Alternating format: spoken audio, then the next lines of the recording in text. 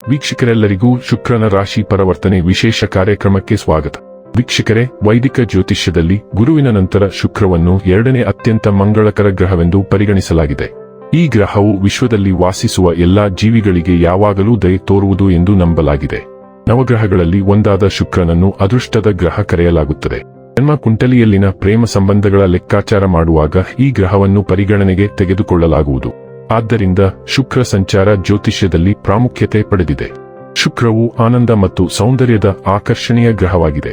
ಶುಕ್ರ ಗ್ರಹವು ವೃಷಭ ಮತ್ತು ತುಲಾ ರಾಶಿಗಳ ಅಧಿಪತಿಯಾಗಿದೆ ಮತ್ತು ಇದು ವಿಶೇಷವಾಗಿ 7ನೇ ಮನೆಯ ಮೇಲೆ ಪರಿಣಾಮ ಬೀರುತ್ತದೆ. ಕಾಲಪುರುಷ ಕುಂಡಲಿಯ ಪ್ರಕಾರ ಈ ಮನೆಯು ನಮ್ಮ ಜೀವನದಲ್ಲಿ ಮದುವೆ, ಜೀವನ ಸಂಗಾತಿ ಇತ್ಯಾದಿಗಳನ್ನು ಪ್ರತಿನಿಧಿಸುತ್ತದೆ. ಆದ್ದರಿಂದ ಈ ಭಾಗಗಳಿಗೆ ಹೆಚ್ಚಿನ ಪ್ರಾಮುಖ್ಯತೆಯನ್ನು ನೀಡಲಾಗುತ್ತದೆ. ವಿಶೇಷವಾಗಿ ಜೀವನದ ಇತರ ಸಂಗತಿಗಳಿಗಿಂತ ಹೆಚ್ಚಾಗಿ ಅವುಗಳನ್ನು ವ್ಯಕ್ತಿಯ ಭೌತಿಕ ಸಂತೋಷಗಳಿಗೆ ಸಂಬಂಧಿಸಿದೆ ಎಂದು ಪರಿಗಣಿಸಬಹುದು. ವೈದಿಕ ಜ್ಯೋತಿಷ್ಯ ಶಾಸ್ತ್ರದ ಪ್ರಕಾರ ಯಾವುದೇ ವ್ಯಕ್ತಿಯು ತನ್ನ ಜಾತಕದಲ್ಲಿ ಶುಕ್ರನ ಬಲವಾದ ಸ್ಥಾನವನ್ನು ಹೊಂದಿದ್ದಾನೆ, ಅವನ ಅಥವಾ ಅವಳ ಜೀವನದಲ್ಲಿ ಎಲ್ಲಾ ರೀತಿಯ ಐಷಾರಾಮಿ ಮತ್ತು ಭೌತಿಕ ವಸ್ತುಗಳ ಸಂತೋಷಗಳನ್ನು ಅನುಭವಿಸುತ್ತಾನೆ ಮತ್ತು ಪಡೆಯುತ್ತಾನೆ. ಆದರೆ ಜಾತಕದಲ್ಲಿ ಶುಕ್ರನ ದುರ್ಬಲ ಸ್ಥಾನವು ಪ್ರೇಮ ಸಂಬಂಧಗಳಲ್ಲಿ ವೈಫಲ್ಯ, ವೈವಾಹಿಕ ಜೀವನದಲ್ಲಿ ಅಪಶ್ರುತಿ, ಕಣ್ಣುಗಳಿಗೆ ಸಂಬಂಧಿಸಿದ ಸಮಸ್ಯೆಗಳನ್ನು ಮಾತ್ರ ನೀಡುತ್ತದೆ. ವೃಷಭ ರಾಶಿಯಲ್ಲಿ ಶುಕ್ರ ಚಲನೆ ವರ್ಷ 2024ರ ಮೇ ತಿಂಗಳಿನ 19ನೇ ತಾರೀಕಿನ ದಿನ ಸಂಭವಿಸುತ್ತದೆ. ಜೂನ್ 11ನೇ ತಾರೀಕಿನವರೆಗೆ ವೃಷಭ ರಾಶಿಯಲ್ಲಿ ಇರಲಿದೆ. ವೃಷಭ ರಾಶಿಯಲ್ಲಿ ಶುಕ್ರನ ಸಂಕ್ರಮವು ಎಲ್ಲಾ ಸ್ಥಳೀಯರ ಜೀವನದ ಮೇಲೆ ಒಂದು ರೀತಿಯಲ್ಲಿ ಅಥವಾ ಇನ್ನೊಂದು ರೀತಿಯಲ್ಲಿ ಪರಿಣಾಮ ಬೀರಲಿದೆ. ಶುಕ್ರವು ಪ್ರೀತಿ ಮತ್ತು ಸಂಬಂಧದ ಗ್ರಹವಾಗಿದೆ.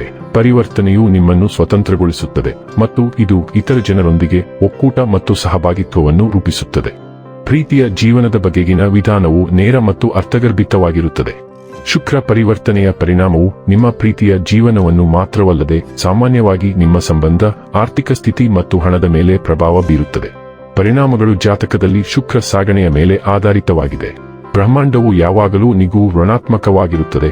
ಗ್ರಹಗಳ ಚಲನೆಗಳು ಮತ್ತು ಪರಸ್ಪರ ಕ್ರಿಯೆಗಳು ನಿಮ್ಮ ಜೀವನದಲ್ಲಿ ಹಲವಾರು ಬೆಳವಣಿಗೆಗಳನ್ನು ತರುತ್ತವೆ. ಇದೀಗ ಶುಕ್ರ ರಾಶಿ ಬದಲಾಯಿಸುವುದರಿಂದ ಇದರ ಪ್ರಭಾವ ನಿಮ್ಮ ರಾಶಿಯ ಮೇಲೆ ಹೇಗಿರಲಿದೆ ನೋಡೋಣ.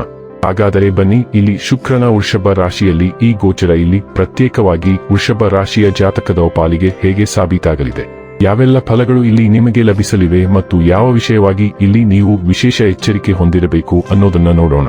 ವಿಡಿಯೋ ಪ್ರಾರಂಭಿಸುವುದಕ್ಕೂ ಮುನ್ನ ಎಂದಿನಂತೆ ನಮ್ಮ ವಿನಂತಿ ಎಂದರೆ, ನೀವಿನ್ನೂ ನಮ್ಮ ಚಾನೆಲ್ ಅನ್ನು ಸಬ್ಸ್ಕ್ರೈಬ್ ಮಾಡಿಲ್ಲವೆಂದರೆ ದಯವಿಟ್ಟು ಈಗಲೇ ನಮ್ಮ ಚಾನೆಲ್ ಅನ್ನು ಸಬ್ಸ್ಕ್ರೈಬ್ ಮಾಡಿ. ಹಾಗೆ ನಿರಂತರ ವಿಡಿಯೋ ಅಪ್ಡೇಟ್ಸ್ಗಳಿಗಾಗಿ ತಪ್ಪದೇ ಪಕ್ಕದ ಬೆಲ್ ಐಕಾನ್ ಬಟನ್ ಕೂಡ ಕ್ಲಿಕ್ ಮಾಡಿ. ವಂಶ ಪಾರಂಪರ್ಯ ಜ್ಯೋತಿಷ್ಯರು ನಂಬರ್ 1 ವಶೀಕರಣ ಸ್ಪೆಷಲಿಸ್ಟ್. ವೃತ್ತಿ, ಉದ್ಯೋಗ, ಮದುವೆ, ಹಣಕಾಸಿನ ಸಮಸ್ಯೆ, ವ್ಯಾಪಾರ, ಆರೋಗ್ಯ ಸಮಸ್ಯೆಗಳಿಗೆ ಫೋನಿನ ಮೂಲಕ ಪರಿಹಾರ. ಇಂದೇ ಕರೆ ಮಾಡಿ. ವೀಕ್ಷಕರೇ, ವೃಷಭ ರಾಶಿಯವರಿಗೆ ಶುಕ್ರನು ಮೊದಲ ಮತ್ತು 6ನೇ ಮನೆಯ ಅಧಿಪತಿ ಮತ್ತು ಮೊದಲ ಮನೆಯನ್ನು ಆಕ್ರಮಿಸಿಕೊಂಡಿದ್ದಾನೆ.